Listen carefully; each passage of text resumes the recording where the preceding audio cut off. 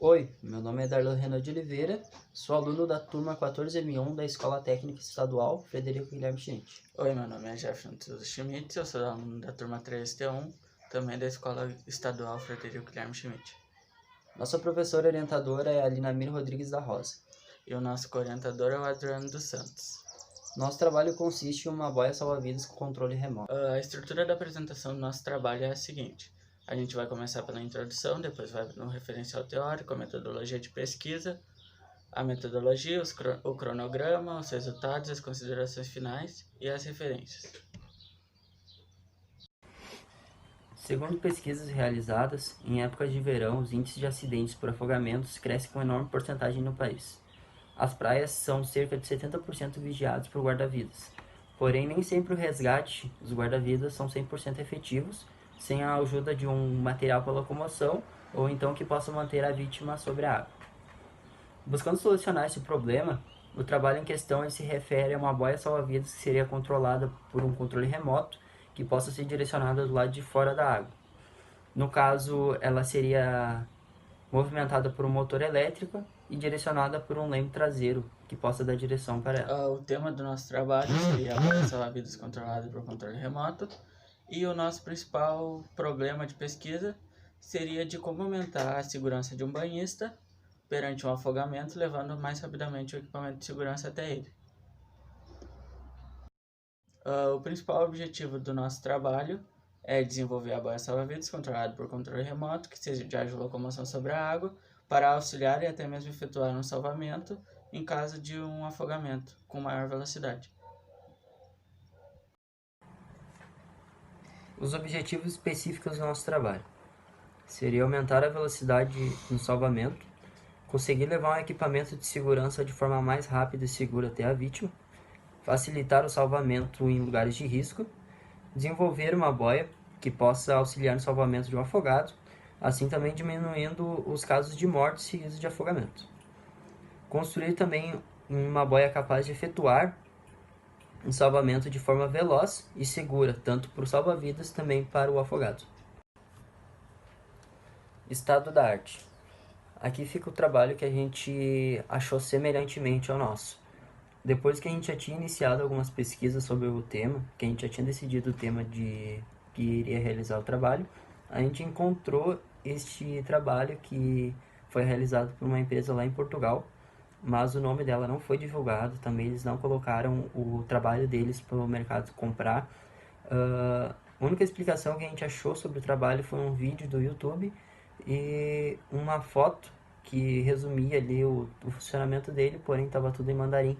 Isso não facilitou para a gente entender como é que era o funcionamento. O que a gente conseguiu ver é que basicamente a boia deles era movimentada por um controle remoto também e buscava a vítima que estava se afogando na água. O referencial teórico, o afogamento. O afogamento ele acontece em 5 fases. A primeira fase é a fase da angústia, que é quando a pessoa tá lá sozinha e não consegue e tenta gritar por ajuda e percebe que não consegue colocar o pé no chão, começa a se debater. Depois chega a fase do pânico, que ela se debate, fica cansada, tenta gritar por ajuda e não consegue. Aí ela acaba indo para baixo d'água, já ainda consciente. Na terceira fase, que é a fase da imersão, é quando ocorre que ela, depois de muito tentar gritar por ajuda e se debater, ela acaba indo para baixo d'água já com dificuldade de respiração e até mesmo quase inconsciente. Na quarta fase é a fase do afogado encharcado, que a pessoa involuntariamente tenta respirar embaixo d'água e acaba inalando água para dentro dos pulmões. E a quinta fase é a fase da parada cardíaca, que é quando a pessoa acaba indo para baixo d'água e inalou muita água pelo pulmão, não consegue respirar, acaba tendo uma parada cardíaca. Referencial teórico. Resgate de uma vítima de afogamento. Geralmente, quando possui guarda-vidas e é avistado um afogamento, primeiramente ele busca se localizar e localizar a vítima. Em seguida, ele se direciona em direção à água, levando consigo uma boia torpedo que possa chegar mais rápido na vítima e manter ela sobre a água, para que ela não se afogue. Em seguida, ele busca retirar a vítima da água e fazer os procedimentos devidos. Referencial teórica. Boia salva-vidas. A função da boia salva-vidas é manter a pessoa sobre a água e não deixar ela afundar. Elas são normalmente fabricadas de polietileno fundido e com proteção UV. E possuem também um preenchimento de poliuretano expandido, que é um material que é resistente à água salgada, derivados de petróleo, fungos e etc. Elas são divididas em 3 classes. A primeira classe é para embarcações de mar aberto e plataformas. A segunda é para navegações costeiras, também de mar aberto e águas brasileiras. A terceira classe é uma boia circular rígida, que é utilizada mais para águas abrigadas, beira-mar, rios, lagos. Componentes básicos para a fabricação de uma boia com controle remoto. Primeiramente, a gente tem a parte mais importante, que seria a estrutura. A estrutura ela seria composta de uma boia torpedo já convencional, utilizada por guarda-vidas geralmente. O restante dos materiais seria um motor. O motor ele serve para dar propulsão para a boia. A bateria seria o que forneceria energia para o motor funcionar, também um servo de rotação. O Arduino e o ESC, que podem trabalhar em conjunto na parte eletrônica do projeto. Os servos de rotação, que dariam direção de esquerda ou direita. A haste da hélice, que serve para ligar a hélice que daria proporção para a boia, ligar diretamente ao motor. Aqui a gente tem um esboço do protótipo, que foi feito o desenho no SolidWorks, ainda que ele não está com os componentes aplicados nele. Metodologia de pesquisa. Os tipos de pesquisa utilizados foram pesquisa bibliográfica e pesquisas tecnológicas. As fontes utilizadas, a gente utilizou bastante os assuntos relacionados que a gente encontrou no YouTube, sites que seriam voltados diretamente a essa área, também alguns sites com programação, algumas ideias de professores da área técnica também. Após fazer o planejamento dos materiais que iríamos utilizar no projeto para a realização do nosso protótipo, a gente chegou à conclusão que o valor estimado para a construção do protótipo ficaria em torno de R$ 700. Porém, a gente ainda achou um custo meio alto e a gente ainda está estudando a possibilidade de alguma troca de algum dos componentes para que a gente consiga baratear ainda mais o projeto. A parte de funcionamento. A boia irá receber comandos de movimentação através de ondas de rádio enviada para um rádio controle semelhante a esse. Os joysticks movimentam com movimentos para frente, para trás, esquerda ou direita. Isso iria passar a informação para o receptor, que estaria localizado na boia. Em seguida, esse mesmo receptor passaria a informação para o Arduino. E o Arduino teria a função de passar a informação para os motores ou servos de rotação. Assim, possibilita bastante o comando de quem irá trabalhar com a boia, irá locomover ela, e também ela teria bastante o controle sobre a boia. Fluxograma de funcionamento. O que acontece com o salva-vidas se ele não tem a boia? Ele tem a função de avistar a vítima e de se locomover até a vítima. Ele vai pela areia e entra na água, vai a nado até a vítima, dá a ela uma boia para que ela se segure e fique sobre a água e traz ela para beira-mar.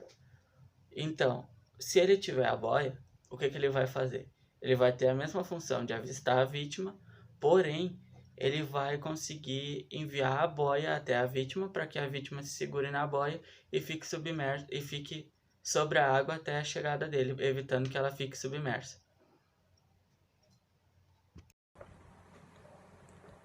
O cronograma do trabalho. Aqui está somente a parte que foi utilizada em 2020.